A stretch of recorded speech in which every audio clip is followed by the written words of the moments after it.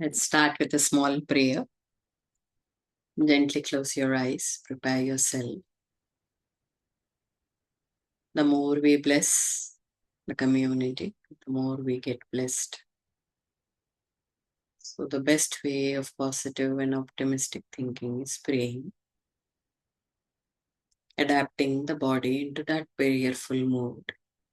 First of all, relax the whole body. Let the mind, body, breath align all as one entity.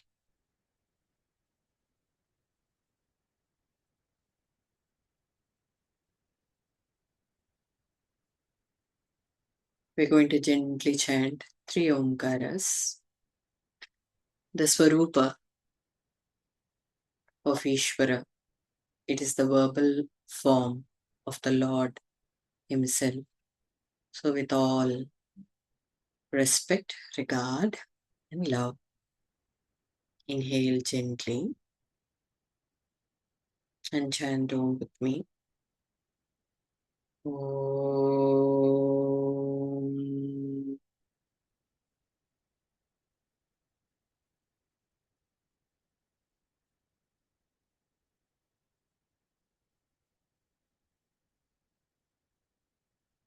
Om.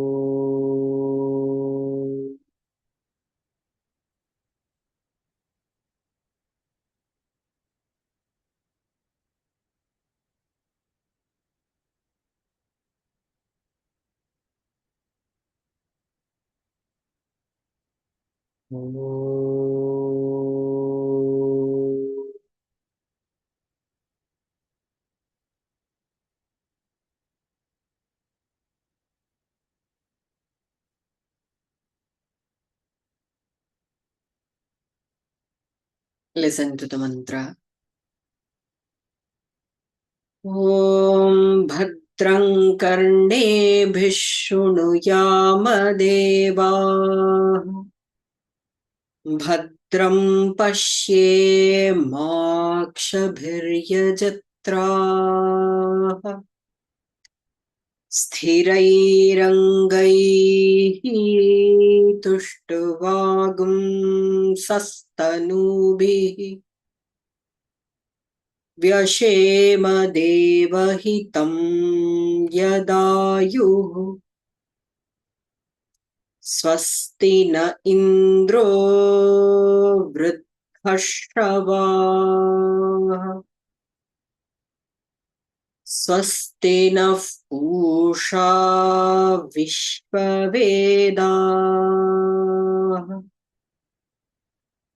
Svasti नस्तार्क्ष्यो अरिष्टनेमिः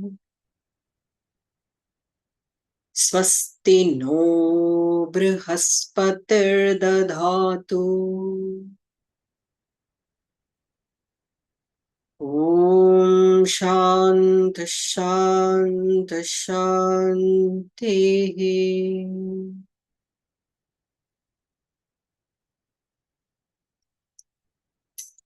Gently rubbing your both palms.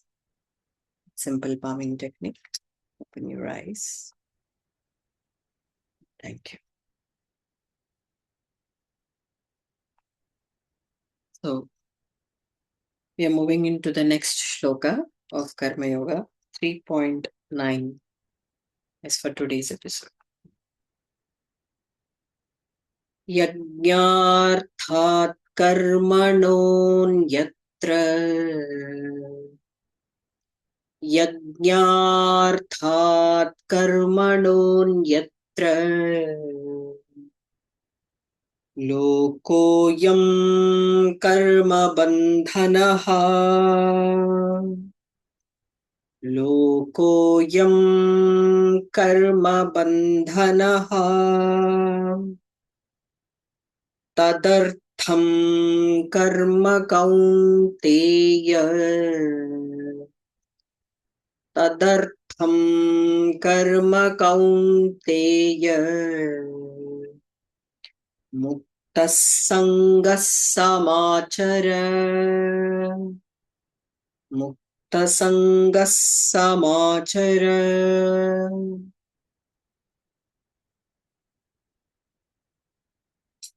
If you have to deal with the literal meaning of Bhagavad Gita and learn as it is very difficult. Hence, we need the help of Vyakhyatas. Hence, the compassion of Guru Shankaracharya comes very handy. Otherwise, it becomes very difficult. I was just thinking how to explain this. So, I'll let him work through me. So, before moving into the literal meaning, we will understand part by part. Okay. Sometimes I mention the meaning, sometimes I don't. I'm very sorry about my approach. Like I keep juggling with my approach, but still, I find this to be very easy. Karma, yajnartart karmanon yatra. The actions other than yajna, the actions which are done by us, other than yajna. Like what? Like breathing, like sleeping, like eating. These are all actions which are not yajna. What is yajna? So, Lucha, yajna, literal meaning is sacrifice.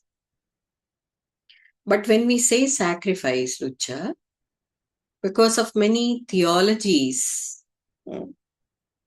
sacrifice, the word sacrifice is understood in a different manner. I will not go into the details there, but we will just focus upon what is yajna, what is sacrifice in Sanatana Dharma. If Vedas talks about yajna, then what is yajna? If Bhagavad Gita is talking about yajna, what is this yajna that they are talking about? If you find a person naming Yajna Narayana, Yajna Rama, down south, we have such names. What is this yajna that they are referring to? Sacrifice here means all the actions which are done without any ego intervention. What is ego intervention? Not being rude, not being proud, but thinking that I am the doer.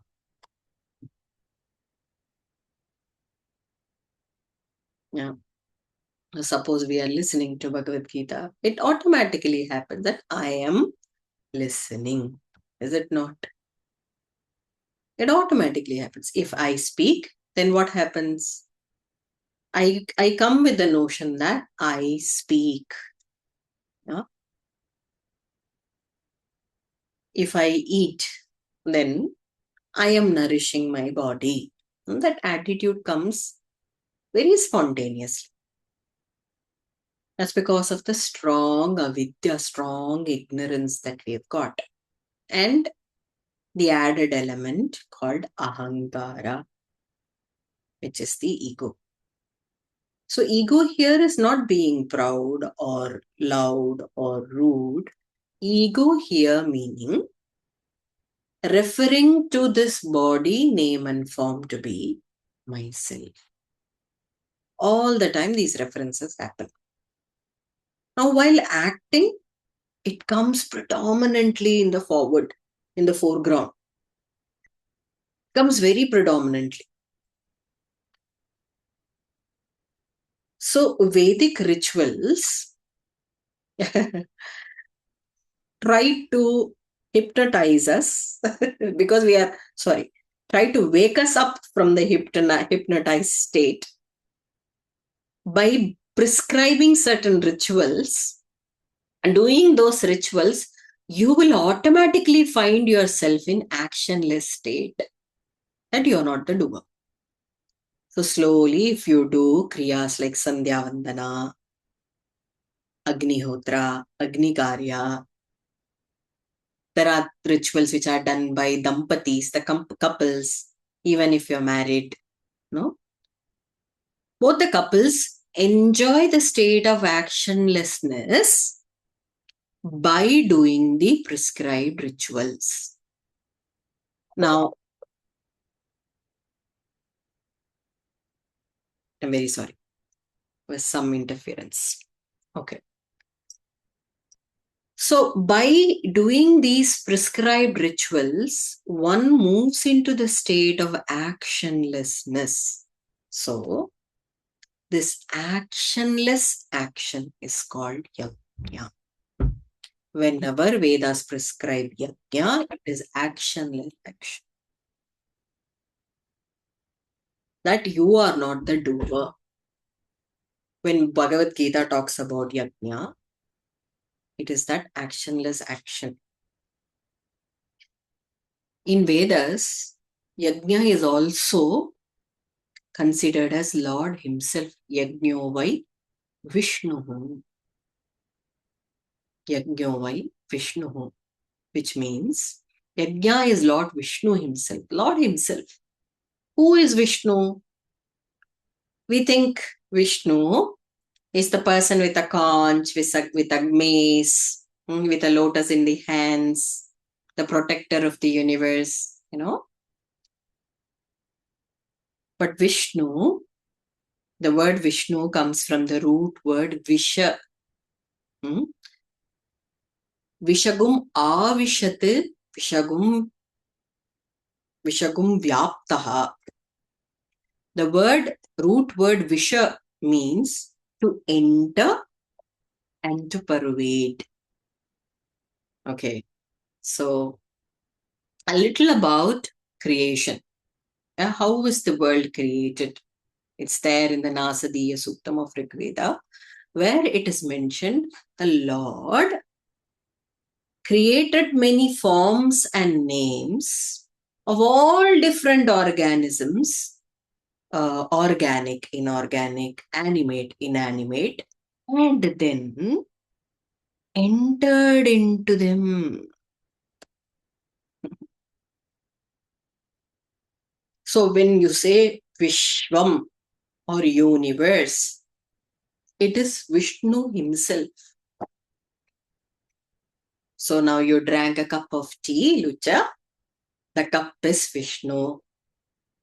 The tea inside is Vishnu.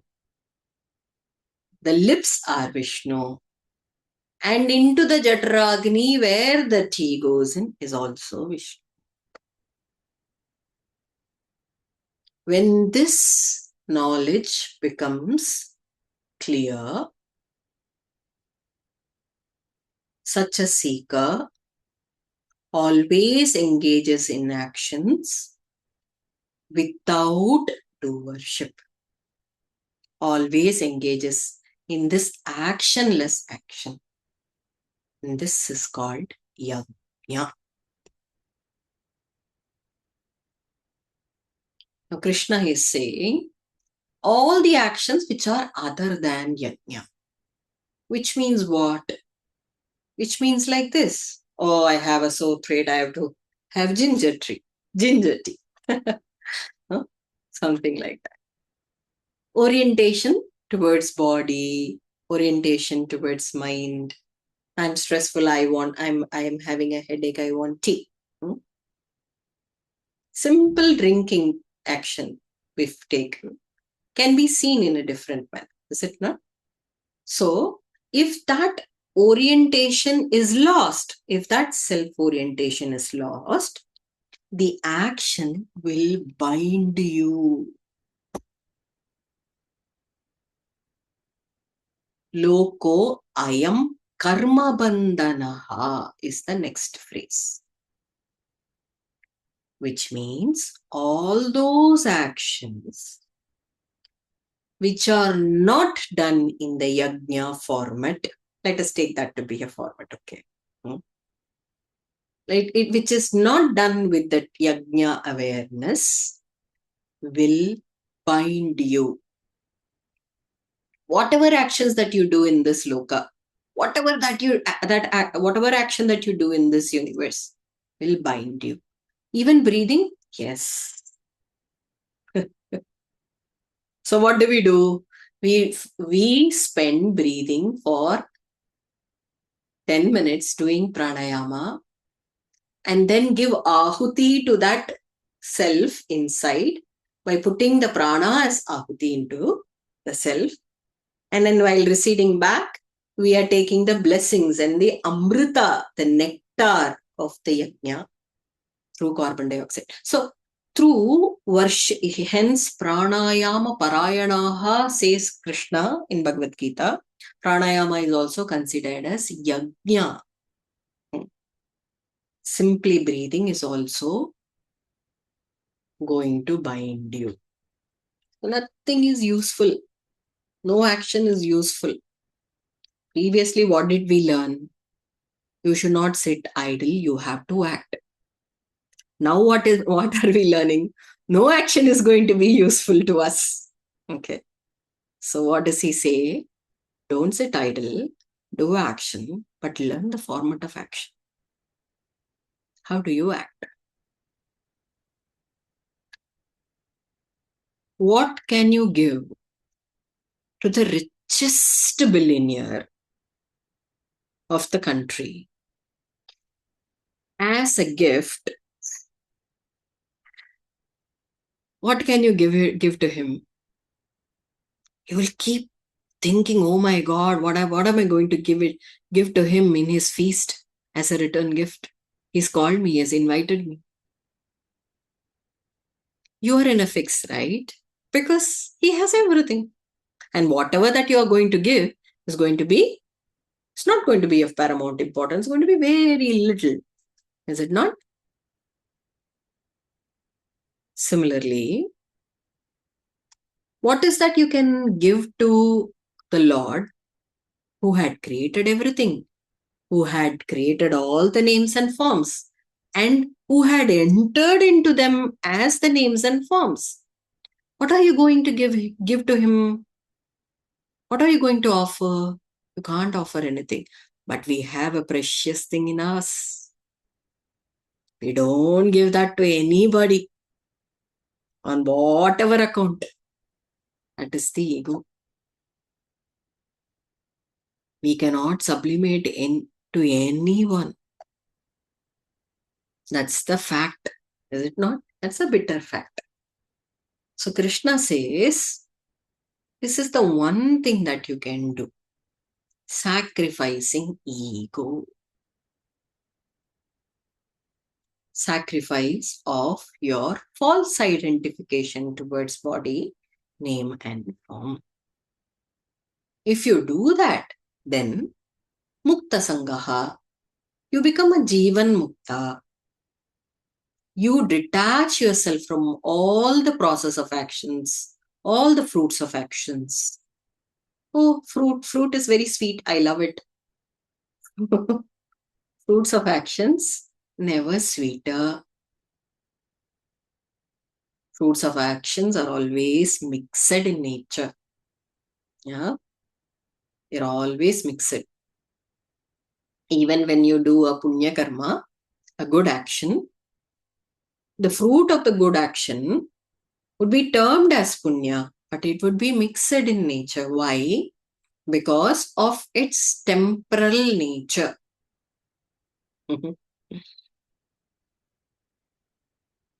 So while you enjoy the merits of your actions, it becomes so short-lived, that suddenly when you are pushed into the turmoil of sorrows, you start to think, what wrong did I do? I was doing all good things. This is what I'm getting. Hence, I'm saying fruits of actions are always mixed in nature. Even though you are enjoying your good fruits of action, never do you accreditate that this is my good doings. Never do we do it.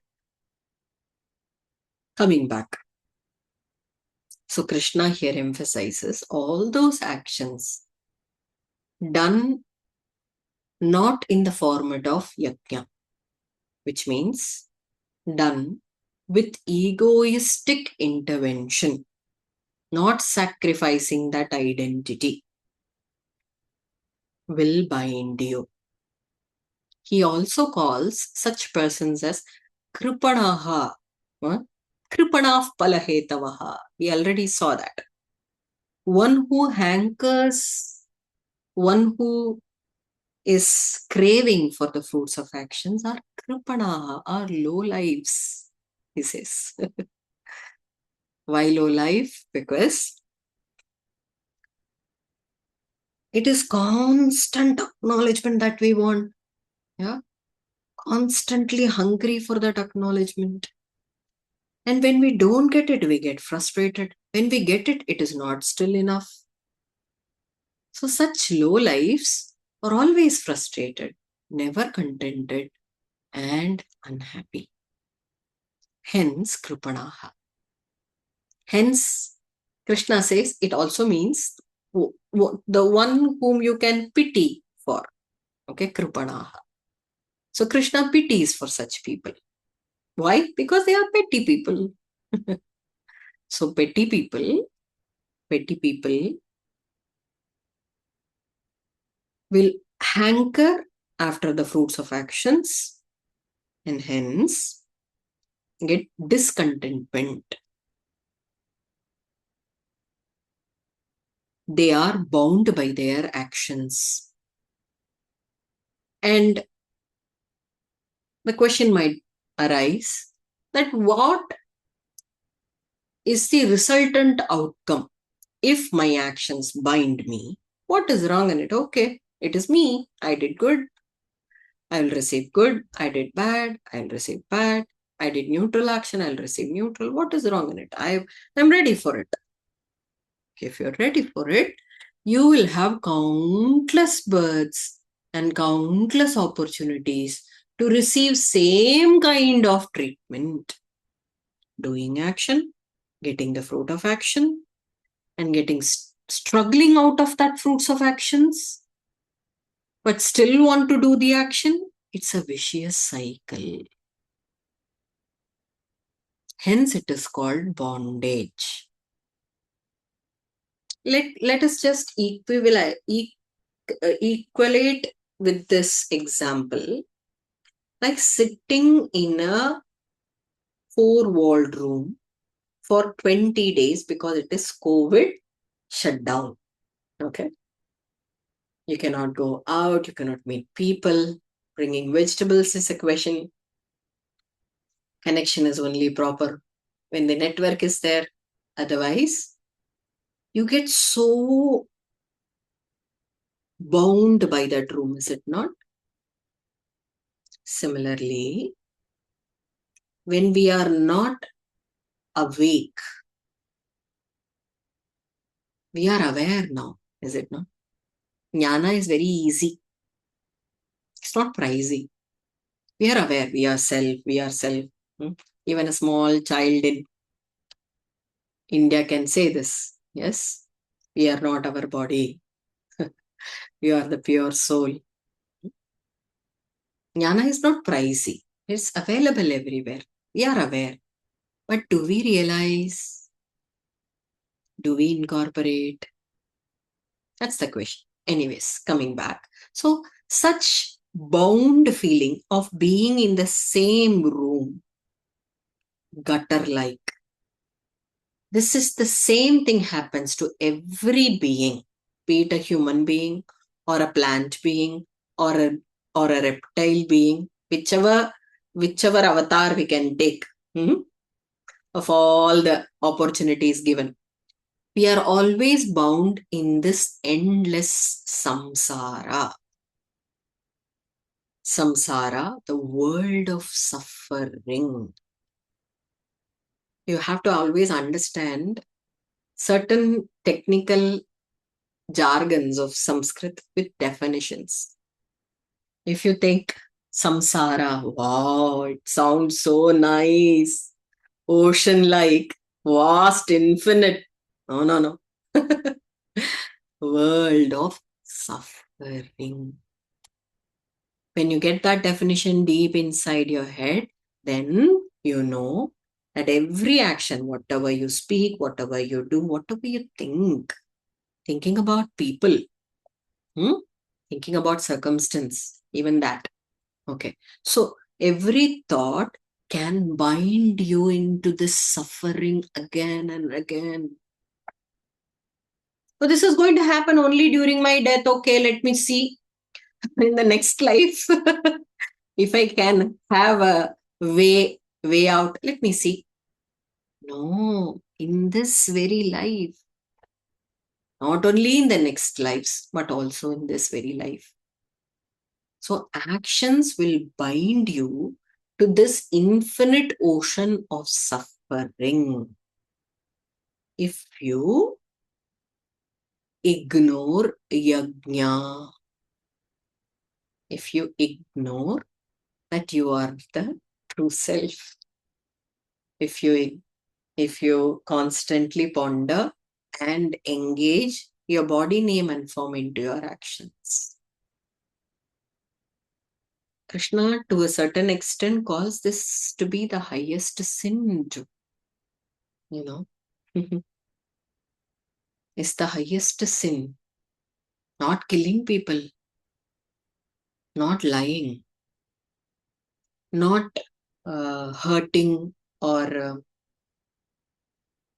hurting someone or doing anything of that cadre, but ignoring your true self and constantly engaging with this body mind.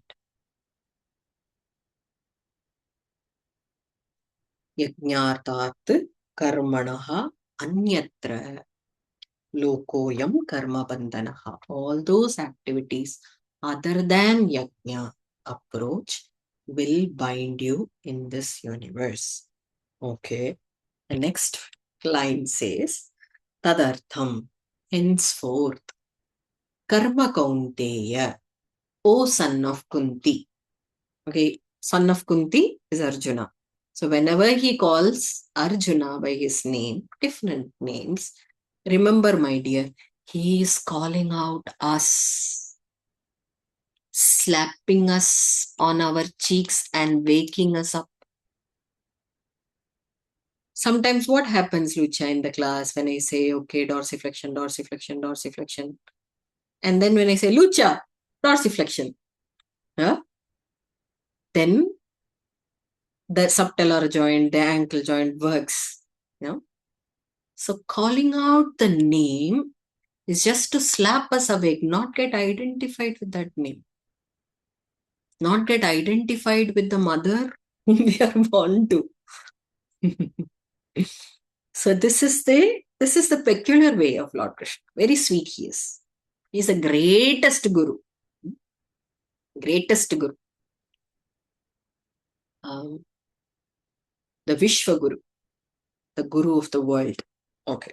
So he calls out the name of Arjuna, saying that, hence I'm saying, Mukta Sangaha. You can deliver your action like a Jivan Mukta. Devoiding all attachments towards this action.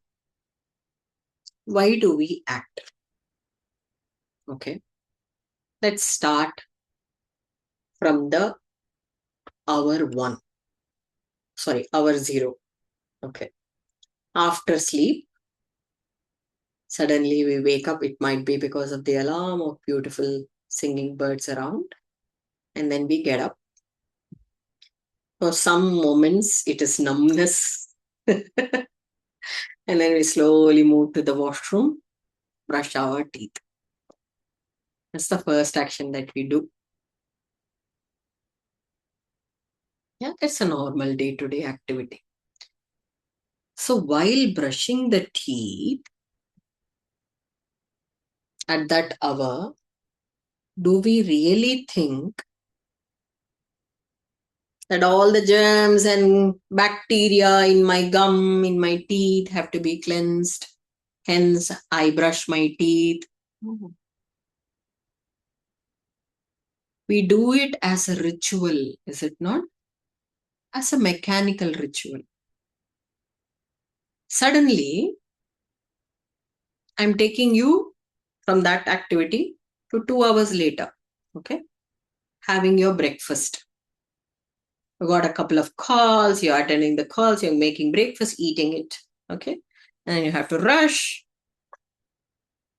Now, what happened here? Suddenly, there is a force of saying, Lalita, you have to leave. Lalita, eat quickly. Lalita, have this protein. No?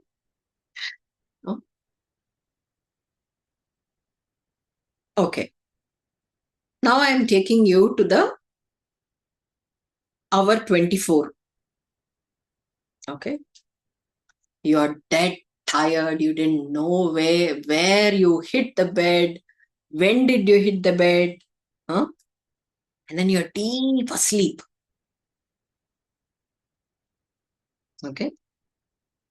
So sleeping is also activity, is it not? Definitely. So in that action, what happened? Are you aware that, oh, Lalita, you have to relax your body, you have to relax your mind. Otherwise, you will not be functionable tomorrow. You'll go crazy. Sleep is the most sane thing that you can do. Are you telling this to you? No. The moment you're close to that self, the action becomes actionless, is it not?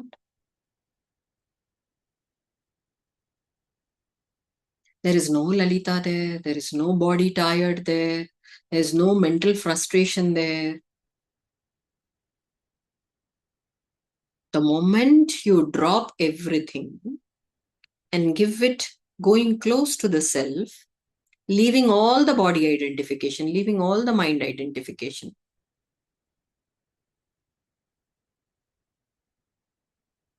Upanishad also says, Nidra is the best way to understand how to realize yourself, how to go close to yourself. To understand the vicinity of the self, Nidra is the best example. Even Ramana Bhagavan says this. So what happens in deep sleep? There is no I. There is only peace. There is absolute extinguishing of ego. And while doing that, even while doing, you're doing nothing. Is it not? Similarly, in the same term of sleep, we can act everything starting from brushing the teeth, to eating breakfast, to doing all the professional personal work, to attend your calls, and even sleeping. Unfortunately, the, the most challenge of the society, I should call it as, is the sleep quality. We are not able to withdraw ourselves from this body identification, mind identification so much that we cannot sleep well too. That's another issue for therapy discussion. Coming back. So, ego withdrawal is yajna.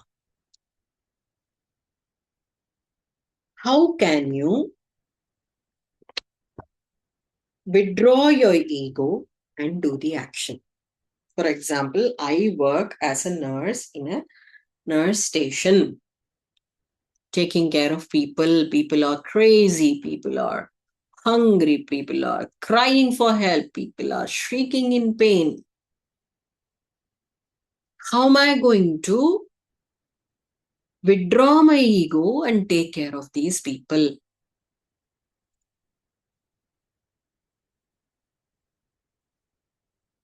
Again, go back to the order of the scripture. Yajno vai Vishnu. What is Vishnu? Whatever in this universe as objects, people, circumstances are divine in its pure form and pure form alone. So when you see that you are not going to give anything more to that divine, can you give anything more to the divine? Anything new which is not divine? Anything that you can offer that which is not his? Even if you try to go to meta planet, somewhere in another galaxy, there also you will find the same objects. Vishwam is Vishnu. There also you find the same divine form, is it not? So you are going to give something, provide something through actions. You are not capacitated to. But when you have that yajna feeling, I am Vishnu, whatever I offer is Vishnu, to whom I offer is Vishnu, then you know it is love that gives, love that takes, and what remains is love. Then you will not ask for, oh, I gave 5x love, what I got was 2x love. You will not calculate, you will not analyze or try to, or even hanker after acknowledgement. You will not crave.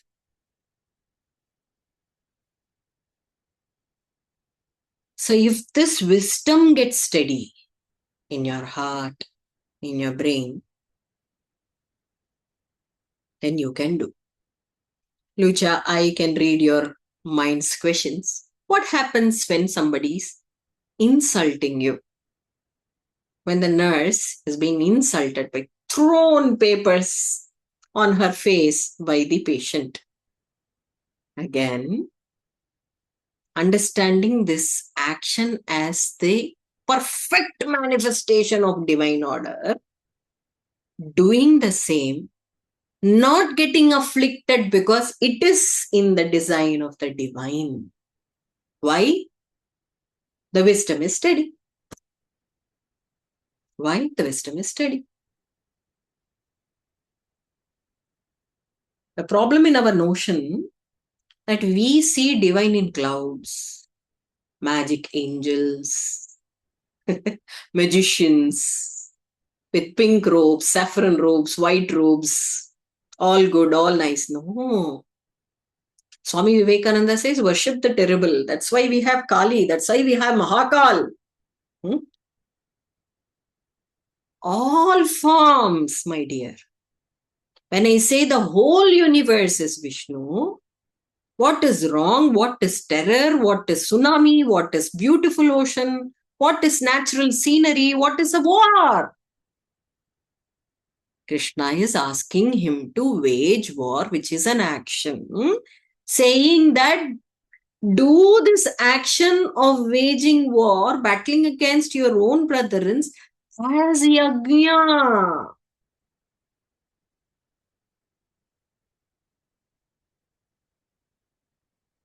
So nothing is fierce, nothing is terrible. It is only fierce and terrible when we have this lens of ego within us.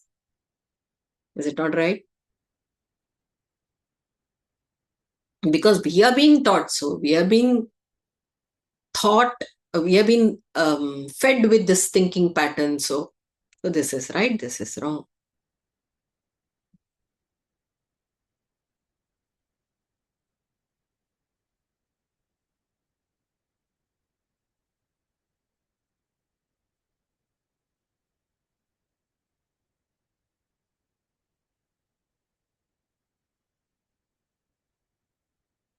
Vali asks Rama,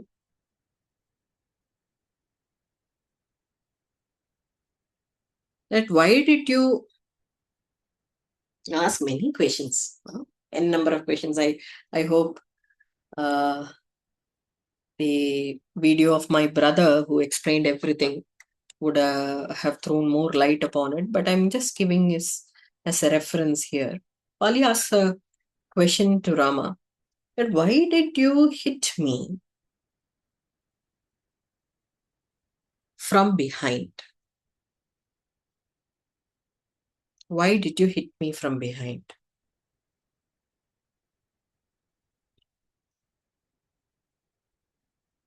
Two days ago, I was watching this movie of Shivaji Maharaj, a great king with unique war strategies. Won his Rashtra back, won his nation back from the clutches of Britishers who were transgressing from their, what do you call, from their territory to our countries, without proper, which is not proper at all, without proper what, which is not proper at all. Anyways, so his famous war strategy was guerrilla warfare, and even now there are Marathi songs in praise of Maharaj, the king, for his guerrilla warfare strategies, praising how valorous he was, how strong he was, how wise he was. Do you see the perspective of right and wrong here? At one point, we see something as wrong because he stood a little far away from the place and struck an arrow.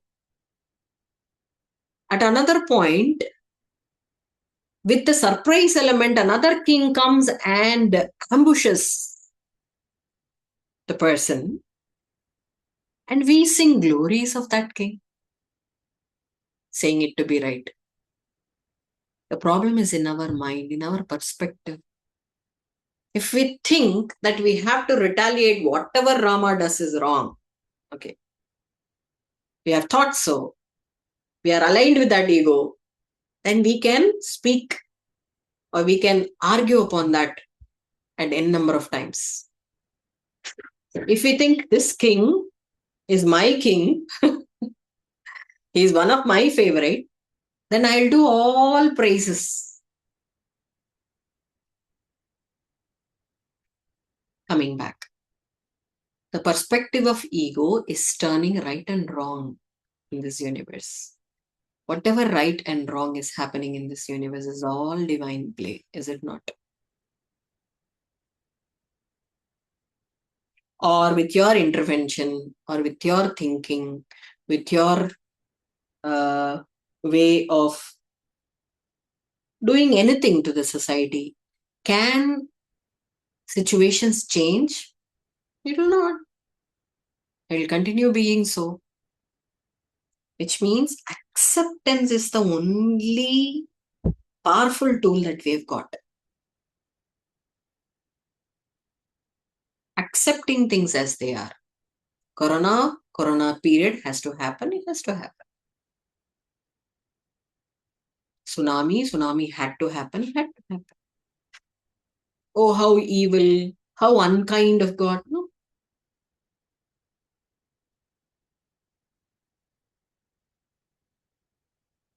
If you think tsunami to be unkind, and then waging war against the Russians when they tried to provoke us in our country, and then there is masses of death in our country, that we call as Veera Maranam, that we call as valorous deaths, and not unkind Almighty's deed. No. But tsunami can be. This is our ego perspective. Hence, Krishna says, the mind becomes more complicated when you engage yourself in this ego perspective. Right and wrong.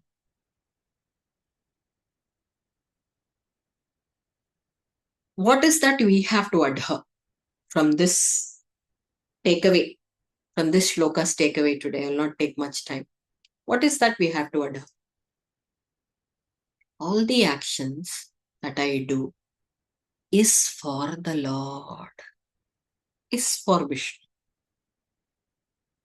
I see a nagging boss. That nagging boss is Vishnu. If he wasn't there in my life, I would have never gone the spiritual drive.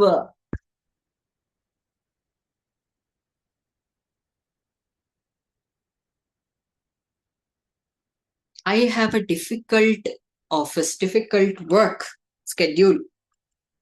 The difficult work schedule period that is there is divine's play.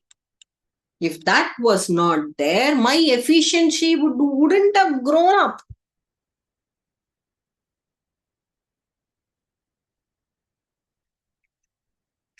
So, yajna, whatever that you do, is for the Lord.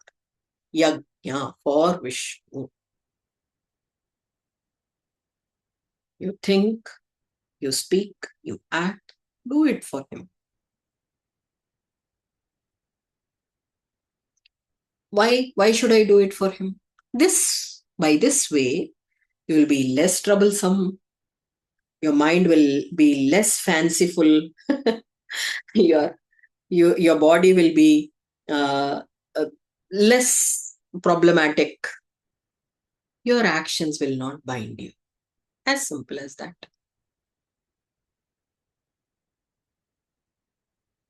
What if I don't do?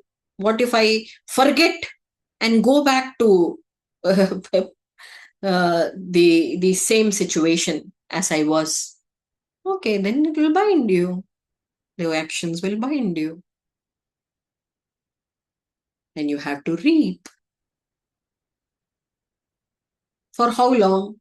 For how long you will not understand and discover yourself. Getting out of the struggle is the only remedy. That long. This is a simple takeaway. I have to act, but act in the format of yajna. With a withdrawal attitude. That my body is doing. It's the engine. The engine will work. I'll remain with the fuel.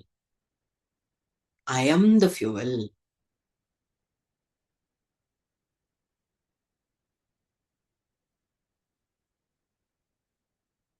This is why Gandhiji was mentioning, but somehow people took it in a different manner. If somebody slaps on your one face, show them the other. This is the underlying thought, that the insults are no more insults, that the pains are no more pains. Because all these deviations are happening to the tools that I have. Suppose you have a tool called cell phone. You have a tool called remote control. Something wrong happens to this. Yeah, some deviation happens to the remote does not work. The battery drains off. The phone hangs. Okay, the software doesn't work well. Something like that. The mind and body will have some deviations, but that's okay. I am not those deviations. I am not those vikara. Patanjali gives another remedy. Vitarka badhane pratipaksha bhavanam. When there is such deviation, try thinking the opposite of it. What is opposite of it? Like when there is a knee pain. Okay. There is a deviation in the tool called body. There's immense knee pain. There's immense headache. Or somebody spoke so harshly onto my face through some phony conversation 2 days ago. It still is aching in my heart. The pain can be either mental or physical. The deviation can be there in the tools called mind and body. Patanjali says, think the opposite. Why are you thinking that you are the body and the mind? You are they are just the tools. Ekatattva tat pratishedartham ekatattva abhyasa, says Patanjali. If you want to remove all the obstacles from the sadhana and want to be a true seeker, tat pratishedartham ekatattva abhyasa. Just adhere to one principle. What is this one principle? There is no description of one principle. Nobody is describing. Patanjali is not describing. Can we call him over phone? Patanjali, you didn't describe. Oh, you forgot to describe what is one principle. What is that principle? Oneness is that principle. Oneness is that principle. Vishwam Vishnoho is that principle. We are all one.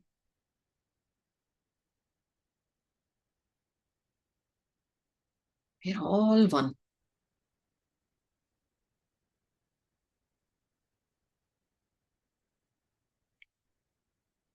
To an atomic physicist, it becomes very clear.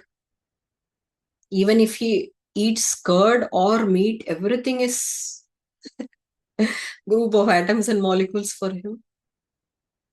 Perhaps if he has a big electron microscope to view people, perhaps all people, irrespective of what color we are wearing, what color we have, the skin or the color of the retina, we'll all be group of molecules and atoms, is it not? This is definitely not unscientific. Krishna is talking whole sense. Patanjali is Mahamuni. My teacher used to say Mahamuni. Patanjali is the greatest physiologist. It's the greatest psychologist. He knows what is happening inside the body and mind. They are great scientists, aren't they? They are talking sense. It all seems to be deviated with different color, different shape, different format. What is your duty? What is that you are ordained to? What is that which is prescribed to you? Do your duties. I am doing all the duty. I get so tired and exhausted. Why do you get tired? Because you are doing the duty. That doership is strong. When the doership is strong, you will always want to enjoy. Enjoyership will also be strong. And then you will be frustrated. Lack of energy will be there. Feel lethargic. Or feel boredom with the same kind of ritual again and again, doing again and again. What life is this? Arey Baba, you are not doing. You're not the doer. Krishna is holding our hands and juggling. Huh? He's really shaking us front and back. Utho. Awake. Awaken your conscious. You are not the doer. I have already done the job, my dear. Done for centuries. You can't even imagine, you can't even calculate. Your logical brain cannot even calculate for how many billions of years this earth has been and is going to be. All the jobs are done. Then why am I here? To do as a channel. To do the actions as a channel. Why? Just to, we have so much of stains in our mind. Yeah. How do you remove stains? The heart stains, Lucia. You have to literally hit it hard. Yeah. Put some chemicals on it. Wash it away. Rub, rub, rub, rub, rub, rub, rub, rub. Yeah. That hitting profusely, that harsh rubbing happens through karma, through actions. While you do the action, you are actually removing all the stains of ego from you. On the contrary, what we were doing, all those actions, those harsh stain removal actions, we think we are more coloring us. We were more coloring ourselves as pink, as blue, as Lalita, as Rekha, as Renuka. More coloring. The actions were supposed to remove stains. Hence, actions need that skeletal muscle engagement. Yeah, so much of hard work.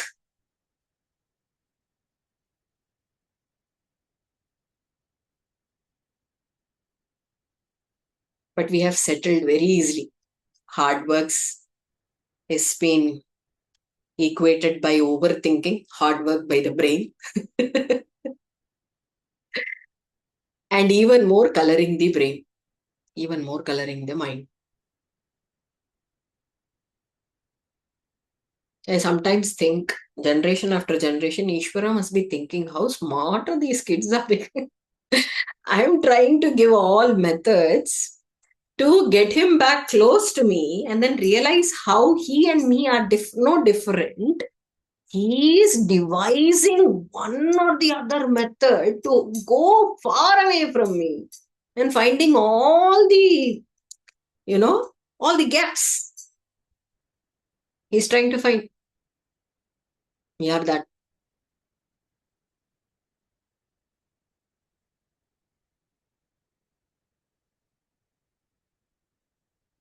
So I'll close here. I'll close here.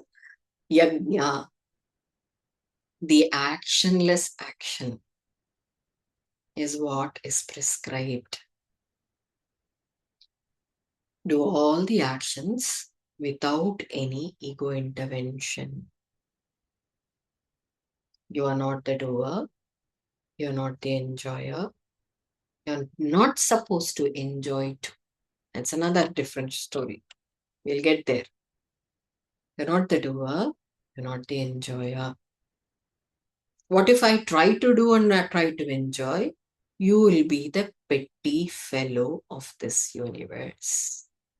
You will have to cry in pain. You will have to take lots and lots of tormentation from the community back because you think you are doing. Because they will bind you. For this life and for the lives coming. My personal favorite shloka of Bhagawad Gita, one of the favorite